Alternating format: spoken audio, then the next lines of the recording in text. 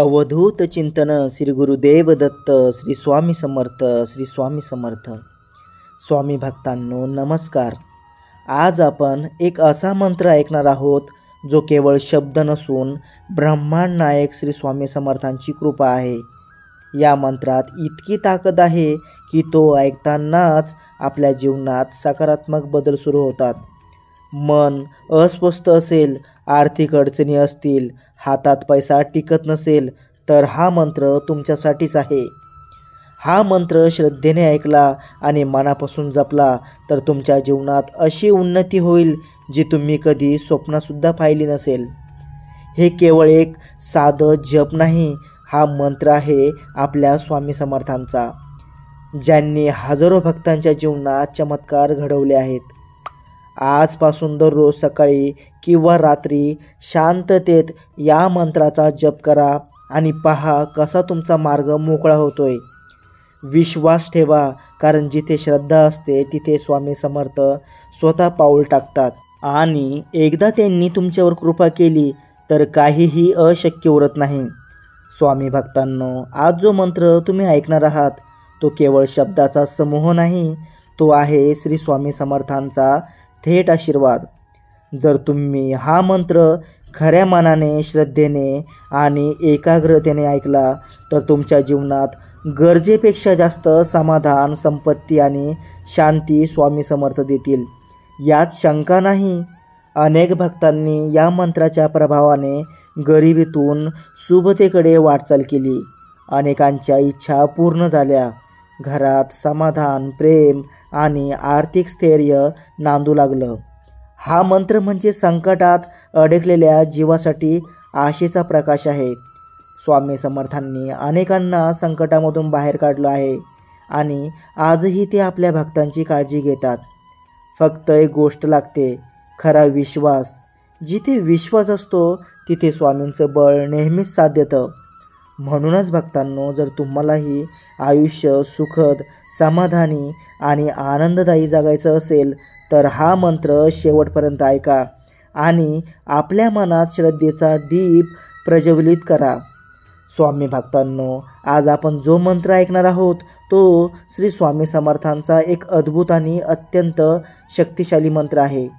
या मंत्रात अशी दैवी ऊर्जा आहे की ती तुम्हाला कोणत्याही भयंकर संकटातून बाहेर काढू शकते. स्वामी समर्थ हेच आपल्या जीवनाचे खरे कर्ता करविता आहेत. जेव्हा आपण त्यांच्या नावाचा जप करतो तेव्हा त्यांच्या कृपेचा प्रकाश आपल्याला मार्ग दाखवतो. या मंत्राचा प्रभाव अनुभवण्यासाठी काहीच लागणार नाही, फक्त एक शांत मन आणि नितांत श्रद्धा. तुम्ही मोबाईलवर हा मंत्र ऐकू शकता, तो प्ले करून काम करत असतानाही किंवा ध्यान करताना ऐकू शकता. पण सर्वात महत्त्वाचं, तो ऐकत असताना मन मात्र पूर्णपणे स्वामींमध्ये गुंतवा. रोजचा थोडा वेळ या मंत्रासाठी राखा आणि अनुभवा स्वामींचं आश्चर्यकारक पाठबळ, जे तुमचं जीवनच बदलून टाकेल. स्वामी भक्तांनो, जर तुम्हालाही स्वामी समर्थांवर नितांत श्रद्धा असेल आणि त्यांच्या आशीर्वादाची गरज असेल तर हा मंत्र अजिबात दुर्लक्षित करू नका. हा मंत्र तुम्ही शांत चित्ताने, संपूर्ण विश्वासाने ऐकला तर तुमच्या जीवनात कोणत्याही गोष्टीची कमी उरणार नाही. अडचणी दूर होऊ लागतील, नशिबाचे दारे उघडतील, घरात समाधान, स्थैर्य आणि शांती नांदेल. स्वामी समर्थ हे केवळ संत नव्हते, ते अनंत शक्तीचे मूर्त स्वरूप आहेत. त्यांचा नामजप म्हणजे संकटावर मात करण्याचं अमोघ अस्त्र आहे. त्यामुळे भक्तांनो, हा मंत्र पूर्ण ऐका, मनात श्रद्धेचा दीप लावा आणि अनुभव घ्या स्वामी समर्थांच्या दैवी स्पर्शाचा. तर चला स्वामी भक्तांनो, आपण स्वामींचा चमत्कारी मंत्राला सुरुवात करूया.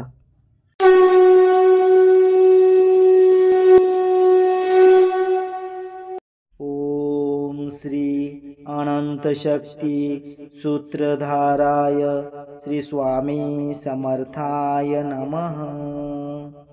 ओम श्री अनंत शक्ती सूत्रधाराय श्री स्वामी समर्थाय नमः. ओम श्री अनंतशक्ती सूत्रधाराय श्री स्वामी समर्थाय नमः। ओम श्री अनंतशक्ती सूत्रधाराय श्री स्वामी समर्थाय नमः। ओम श्री अनंतशक्ती सूत्रधाराय श्री स्वामी समर्थाय नमः। ओम श्री अनंतशक्ती सूत्रधाराय श्री स्वामी समर्थाय नमः। ओम श्री अनंतशक्ती सूत्रधाराय श्री स्वामी समर्थाय नमः। ओम श्री अनंतशक्ती सूत्रधाराय श्री स्वामी समर्थाय नमः। ओम श्री अनंतशक्ती सूत्रधाराय श्री स्वामी समर्थाय नमः। ओम श्री अनंतशक्ती सूत्रधाराय श्री स्वामी समर्थाय नमः। ओम श्री अनंतशक्ती सूत्रधाराय श्री स्वामी समर्थाय नमः। ओम श्री अनंतशक्ती सूत्रधाराय श्री स्वामी समर्थाय नमः। ओम श्री अनंतशक्ती सूत्रधाराय श्री स्वामी समर्थाय नमः। ओम श्री अनंतशक्ती सूत्रधाराय श्री स्वामी समर्थाय नमः। ओम श्री अनंतशक्ती सूत्रधाराय श्री स्वामी समर्थाय नमः। ओम श्री अनंतशक्ती सूत्रधाराय श्री स्वामी समर्थाय नमः। ओम श्री अनंतशक्ती सूत्रधाराय श्री स्वामी समर्थाय नमः। ओम श्री अनंतशक्ती सूत्रधाराय श्री स्वामी समर्थाय नमः। ओम श्री अनंतशक्ती सूत्रधाराय श्री स्वामी समर्थाय नमः। ओम श्री अनंतशक्ती सूत्रधाराय श्री स्वामी समर्थाय नमः। ओम श्री अनंतशक्ती सूत्रधाराय श्री स्वामी समर्थाय नमः। ओम श्री अनंतशक्ती सूत्रधाराय श्री स्वामी समर्थाय नमः। ओम श्री अनंतशक्ती सूत्रधाराय श्री स्वामी समर्थाय नमः। ओम श्री अनंतशक्ती सूत्रधाराय श्री स्वामी समर्थाय नमः। ओम श्री अनंतशक्ती सूत्रधाराय श्री स्वामी समर्थाय नमः। ओम श्री अनंतशक्ती सूत्रधाराय श्री स्वामी समर्थाय नमः। ओम श्री अनंतशक्ती सूत्रधाराय श्री स्वामी समर्थाय नमः। ओम श्री अनंतशक्ती सूत्रधाराय श्री स्वामी समर्थाय नमः। ओम श्री अनंतशक्ती सूत्रधाराय श्री स्वामी समर्थाय नमः। ओम श्री अनंत शक्ति सूत्रधाराय श्री स्वामी समर्थाय नमः। ओम श्री अनंत शक्ति सूत्रधाराय श्री स्वामी समर्थाय नमः। ओम श्री अनंत शक्ति सूत्रधाराय श्री स्वामी समर्थाय नमः। ओम श्री अनंत शक्ति सूत्रधाराय श्री स्वामी समर्थाय नमः। ओम श्री अनंत शक्ति सूत्रधाराय श्री स्वामी समर्थाय नमः। ओम श्री अनंत शक्ति सूत्रधाराय श्री स्वामी समर्थाय नमः। ओम श्री अनंत शक्ति सूत्रधाराय श्री स्वामी समर्थाय नमः। ओम श्री अनंत शक्ति सूत्रधाराय श्री स्वामी समर्थाय नमः। ओम श्री अनंत शक्ति सूत्रधाराय श्री स्वामी समर्थाय नमः। ओम श्री अनंत शक्ति सूत्रधाराय श्री स्वामी समर्थाय नमः। ओम श्री अनंत शक्ति सूत्रधाराय श्री स्वामी समर्थाय नमः। ओम श्री अनंत शक्ति सूत्रधाराय श्री स्वामी समर्थाय नमः। ओम श्री अनंत शक्ति सूत्रधाराय श्री स्वामी समर्थाय नमः। ओम श्री अनंत शक्ति सूत्रधाराय श्री स्वामी समर्थाय नमः। ओम श्री अनंत शक्ति सूत्रधाराय श्री स्वामी समर्थाय नमः। ओम श्री अनंत शक्ति सूत्रधाराय श्री स्वामी समर्थाय नमः। ओम श्री अनंत शक्ति सूत्रधाराय श्री स्वामी समर्थाय नमः। ओम श्री अनंत शक्ति सूत्रधाराय श्री स्वामी समर्थाय नमः। ओम श्री अनंत शक्ति सूत्रधाराय श्री स्वामी समर्थाय नमः। ओम श्री अनंत शक्ति सूत्रधाराय श्री स्वामी समर्थाय नमः। ओम श्री अनंत शक्ति सूत्रधाराय श्री स्वामी समर्थाय नमः। ओम श्री अनंत शक्ति सूत्रधाराय श्री स्वामी समर्थाय नमः। ओम श्री अनंत शक्ति सूत्रधाराय श्री स्वामी समर्थाय नमः। ओम श्री अनंत शक्ति सूत्रधाराय श्री स्वामी समर्थाय नमः। ओम श्री अनंत शक्ति सूत्रधाराय श्री स्वामी समर्थाय नमः।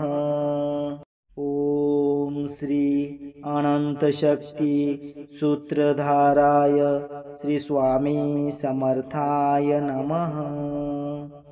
ओम श्री अनंत शक्ति सूत्रधाराय श्री स्वामी समर्थाय नमः।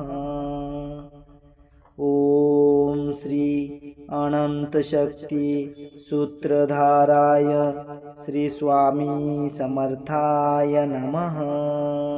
ओम श्री अनंतशक्ती सूत्रधाराय श्री स्वामी समर्थाय नमः। ओम श्री अनंतशक्ती सूत्रधाराय श्री स्वामी समर्थाय नमः। ओम श्री अनंतशक्ती सूत्रधाराय श्री स्वामी समर्थाय नमः। ओम श्री अनंतशक्ती सूत्रधाराय श्री स्वामी समर्थाय नमः। ओम श्री अनंतशक्ती सूत्रधाराय श्री स्वामी समर्थाय नमः। ओम श्री अनंतशक्ती सूत्रधाराय श्री स्वामी समर्थाय नमः।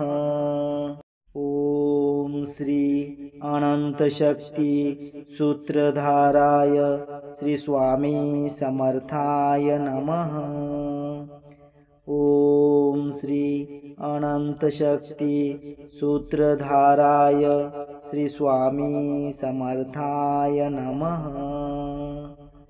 ओम श्री अनंतशक्ती सूत्रधाराय श्री स्वामी समर्थाय नमः। ओम श्री अनंतशक्ती सूत्रधाराय श्री स्वामी समर्थाय नमः। ओम श्री अनंतशक्ती सूत्रधाराय श्री स्वामी समर्थाय नमः। ओम श्री अनंतशक्ती सूत्रधाराय श्री स्वामी समर्थाय नमः। ओम श्री अनंतशक्ती सूत्रधाराय श्री स्वामी समर्थाय नमः। ओम श्री अनंतशक्ती सूत्रधाराय श्री स्वामी समर्थाय नमः। ओम श्री अनंतशक्ती सूत्रधाराय श्री स्वामी समर्थाय नमः। ओम श्री अनंतशक्ती सूत्रधाराय श्री स्वामी समर्थाय नमः। ओम श्री अनंतशक्ती सूत्रधाराय श्री स्वामी समर्थाय नमः। ओम श्री अनंतशक्ती सूत्रधाराय श्री स्वामी समर्थाय नमः। ओम श्री अनंतशक्ती सूत्रधाराय श्री स्वामी समर्थाय नमः। ओम श्री अनंतशक्ती सूत्रधाराय श्री स्वामी समर्थाय नमः। ओम श्री अनंतशक्ती सूत्रधाराय श्री स्वामी समर्थाय नमः। ओम श्री अनंतशक्ती सूत्रधाराय श्री स्वामी समर्थाय नमः। ओम श्री अनंतशक्ती सूत्रधाराय श्री स्वामी समर्थाय नमः। ओम श्री अनंतशक्ती सूत्रधाराय श्री स्वामी समर्थाय नमः। ओम श्री अनंतशक्ती सूत्रधाराय श्री स्वामी समर्थाय नमः। ओम श्री अनंतशक्ती सूत्रधाराय श्री स्वामी समर्थाय नमः। ओम श्री अनंतशक्ती सूत्रधाराय श्री स्वामी समर्थाय नमः। ओम श्री अनंतशक्ती सूत्रधाराय श्री स्वामी समर्थाय नमः। ओम श्री अनंतशक्ती सूत्रधाराय श्री स्वामी समर्थाय नमः। ओम श्री अनंतशक्ती सूत्रधाराय श्री स्वामी समर्थाय नमः। ओम श्री अनंतशक्ती सूत्रधाराय श्री स्वामी समर्थाय नमः। ओम श्री अनंतशक्ती सूत्रधाराय श्री स्वामी समर्थाय नमः। ओम श्री अनंतशक्ती सूत्रधाराय श्री स्वामी समर्थाय नमः। ओम श्री अनंतशक्ती सूत्रधाराय श्री स्वामी समर्थाय नमः। ओम श्री अनंतशक्ती सूत्रधाराय श्री स्वामी समर्थाय नमः। ओम श्री अनंतशक्ती सूत्रधाराय श्री स्वामी समर्थाय नमः। ओम श्री अनंतशक्ती सूत्रधाराय श्री स्वामी समर्थाय नमः। ओम श्री अनंतशक्ती सूत्रधाराय श्री स्वामी समर्थाय नमः। ओम श्री अनंतशक्ती सूत्रधाराय श्री स्वामी समर्थाय नमः। ओम श्री अनंतशक्ती सूत्रधाराय श्री स्वामी समर्थाय नमः। ओम श्री अनंतशक्ती सूत्रधाराय श्री स्वामी समर्थाय नमः। ओम श्री अनंतशक्ती सूत्रधाराय श्री स्वामी समर्थाय नमः। ओम श्री अनंतशक्ती सूत्रधाराय श्री स्वामी समर्थाय नमः। ओम श्री अनंतशक्ती सूत्रधाराय श्री स्वामी समर्थाय नमः। ओम श्री अनंतशक्ती सूत्रधाराय श्री स्वामी समर्थाय नमः। ओम श्री अनंतशक्ती सूत्रधाराय श्री स्वामी समर्थाय नमः। ओम श्री अनंतशक्ती सूत्रधाराय श्री स्वामी समर्थाय नमः। ओम श्री अनंतशक्ती सूत्रधाराय श्री स्वामी समर्थाय नमः। ओम श्री अनंतशक्ती सूत्रधाराय श्री स्वामी समर्थाय नमः। ओम श्री अनंतशक्ती सूत्रधाराय श्री स्वामी समर्थाय नमः। ओम श्री अनंतशक्ती सूत्रधाराय श्री स्वामी समर्थाय नमः। ओम श्री अनंतशक्ती सूत्रधाराय श्री स्वामी समर्थाय नमः। ओम श्री अनंतशक्ती सूत्रधाराय श्री स्वामी समर्थाय नमः। ओम श्री अनंतशक्ती सूत्रधाराय श्री स्वामी समर्थाय नमः। ओम श्री अनंतशक्ती सूत्रधाराय श्री स्वामी समर्थाय नमः। ओम श्री अनंतशक्ती सूत्रधाराय श्री स्वामी समर्थाय नमः। ओम श्री अनंतशक्ती सूत्रधाराय श्री स्वामी समर्थाय नमः। ओम श्री अनंतशक्ती सूत्रधाराय श्री स्वामी समर्थाय नमः। ओम श्री अनंतशक्ती सूत्रधाराय श्री स्वामी समर्थाय नमः। ओम श्री अनंतशक्ती सूत्रधाराय श्री स्वामी समर्थाय नमः। ओम श्री अनंतशक्ती सूत्रधाराय श्री स्वामी समर्थाय नमः।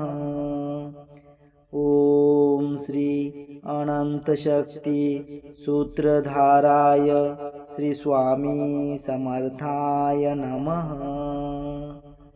ओम श्री अनंतशक्ती सूत्रधाराय श्री स्वामी समर्थाय नमः। ओम श्री अनंतशक्ती सूत्रधाराय श्री स्वामी समर्थाय नमः।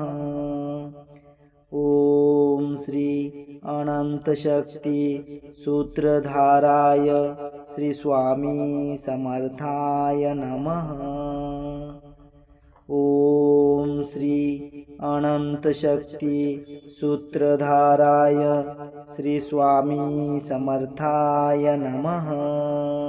ओम श्री अनंतशक्ती सूत्रधाराय श्री स्वामी समर्थाय नमः। ओम श्री अनंतशक्ती सूत्रधाराय श्री स्वामी समर्थाय नमः। ओम श्री अनंतशक्ती सूत्रधाराय श्री स्वामी समर्थाय नमः। ओम श्री अनंतशक्ती सूत्रधाराय श्री स्वामी समर्थाय नमः। ओम श्री अनंतशक्ती सूत्रधाराय श्री स्वामी समर्थाय नमः। ओम श्री अनंतशक्ती सूत्रधाराय श्री स्वामी समर्थाय नमः। ओम श्री अनंतशक्ती सूत्रधाराय श्री स्वामी समर्थाय नमः। ओम श्री अनंतशक्ती सूत्रधाराय श्री स्वामी समर्थाय नमः।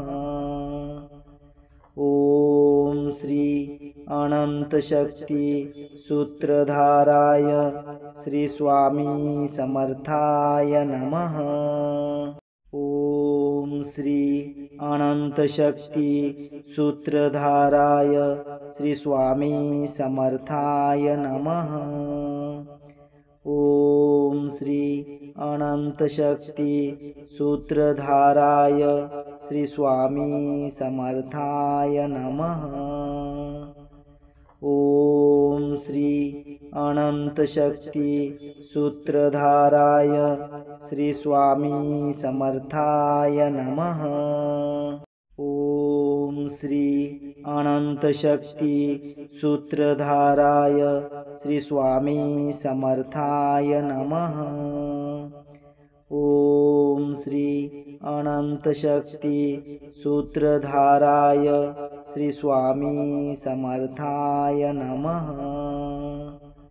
ओम श्री अनंतशक्ती सूत्रधाराय श्री स्वामी समर्थाय नमः।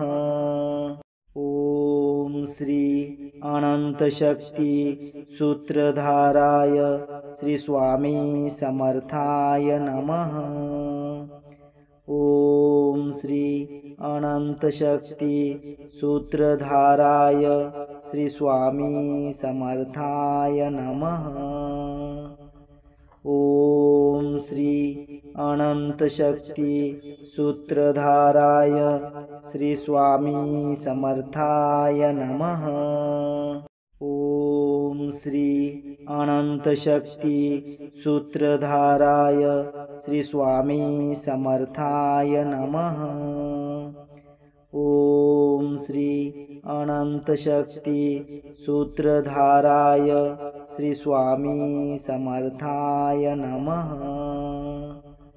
ओम श्री अनंतशक्ती सूत्रधाराय श्री स्वामी समर्थाय नमः।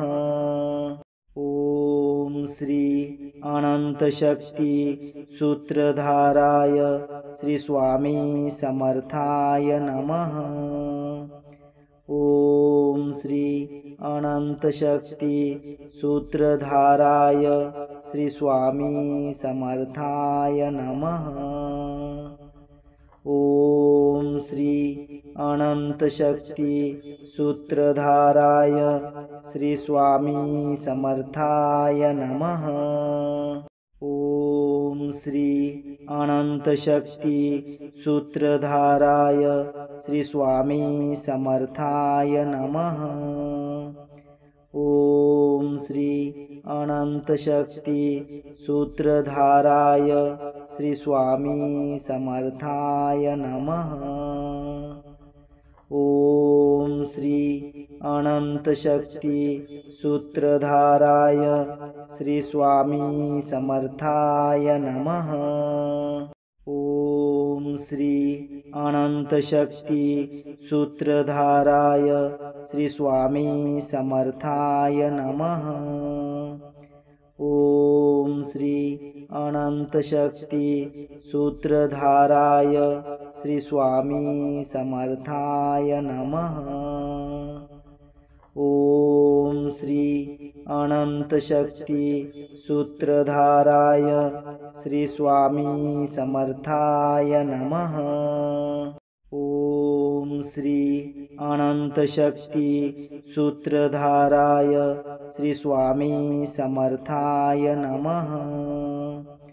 ओम श्री अनंतशक्ती सूत्रधाराय श्री स्वामी समर्थाय नमः। ओम श्री अनंतशक्ती सूत्रधाराय श्री स्वामी समर्थाय नमः। ओम श्री अनंतशक्ती सूत्रधाराय श्री स्वामी समर्थाय नमः। ओम श्री अनंतशक्ती सूत्रधाराय श्री स्वामी समर्थाय नमः। ओम श्री अनंतशक्ती सूत्रधाराय श्री स्वामी समर्थाय नमः। ओम श्री अनंतशक्ती सूत्रधाराय श्री स्वामी समर्थाय नमः। ओम श्री अनंतशक्ती सूत्रधाराय श्री स्वामी समर्थाय नमः। ओम श्री अनंतशक्ती सूत्रधाराय श्री स्वामी समर्थाय नमः। ओम श्री अनंतशक्ती सूत्रधाराय श्री स्वामी समर्थाय नमः। ओम श्री अनंतशक्ती सूत्रधाराय श्री स्वामी समर्थाय नमः। ओम श्री अनंतशक्ती सूत्रधाराय श्री स्वामी समर्थाय नमः। ओम श्री अनंतशक्ती सूत्रधाराय श्री स्वामी समर्थाय नमः। ओम श्री अनंतशक्ती सूत्रधाराय श्री स्वामी समर्थाय नमः। ओम श्री अनंतशक्ती सूत्रधाराय श्री स्वामी समर्थाय नमः। ओम श्री अनंतशक्ती सूत्रधाराय श्री स्वामी समर्थाय नमः। ओम श्री अनंतशक्ती सूत्रधाराय श्री स्वामी समर्थाय नमः। ओम श्री अनंतशक्ती सूत्रधाराय श्री स्वामी समर्थाय नमः। ओम श्री अनंतशक्ती सूत्रधाराय श्री स्वामी समर्थाय नमः। ओम श्री अनंतशक्ती सूत्रधाराय श्री स्वामी समर्थाय नमः। ओम श्री अनंतशक्ती सूत्रधाराय श्री स्वामी समर्थाय नमः। ओम श्री अनंतशक्ती सूत्रधाराय श्री स्वामी समर्थाय नमः। ओम श्री अनंतशक्ती सूत्रधाराय श्री स्वामी समर्थाय नमः। ओम श्री अनंतशक्ती सूत्रधाराय श्री स्वामी समर्थाय नमः। ओम श्री अनंतशक्ती सूत्रधाराय श्री स्वामी समर्थाय नमः। ओम श्री अनंतशक्ती सूत्रधाराय श्री स्वामी समर्थाय नमः। ओम श्री अनंतशक्ती सूत्रधाराय श्री स्वामी समर्थाय नमः। ओम श्री अनंतशक्ती सूत्रधाराय श्री स्वामी समर्थाय नमः। ओम श्री अनंतशक्ती सूत्रधाराय श्री स्वामी समर्थाय नमः। ओम श्री अनंतशक्ती सूत्रधाराय श्री स्वामी समर्थाय नमः। ओम श्री अनंतशक्ती सूत्रधाराय श्री स्वामी समर्थाय नमः। ओम श्री अनंतशक्ती सूत्रधाराय श्री स्वामी समर्थाय नमः। ओम श्री अनंतशक्ती सूत्रधाराय श्री स्वामी समर्थाय नमः।